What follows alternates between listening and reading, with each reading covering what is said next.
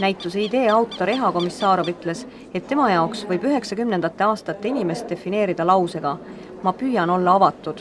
Avatus, avalikkus nii tormiliselt ümbritsevad meid ja meile agressiivselt suunatud nõuded, siis me ka reageerime kas või enesekaitseks. Minu 90. kõige suurem, kõige valdavam kogemus oli see, et ma sattusin vana kunstisüsteemi kokkuvarisemise tunnistajaks ja ise võtsin osa selle kõrval uue kunstimaailma ülesehitamisest. 90. algul Eesti Kunstimuuseum, kus ma töötasin, sisuliselt langes kokku, tema maja kuulutati, Kadrioru kuulutati varisemisohtlikuks ja sealt tuli ära kolida mööda linna laiali ja mitu aastat muuseum üldse ei eksisteerinud, ei töötanud oma tavalisel kujul.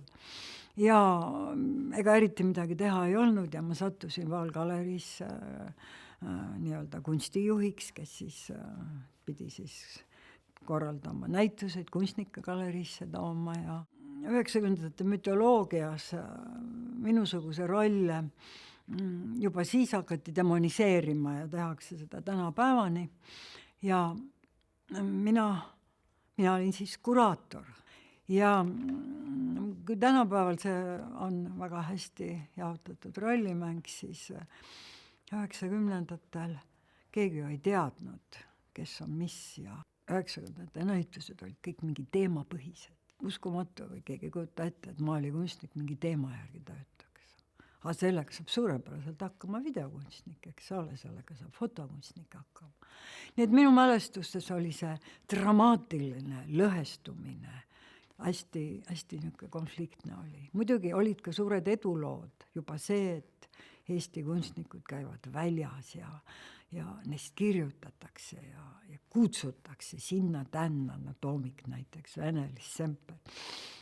Et see tohutult tõstis seda eneseusku uue kunsti esindajatel ja oli kuhu pürgida. 90-ndatel need uued vabadused tekkisid stihiliselt. Minu meelest toimus tõeline seksuaalrevolutsioon sel ajal. Tekkis feminism, eks ole.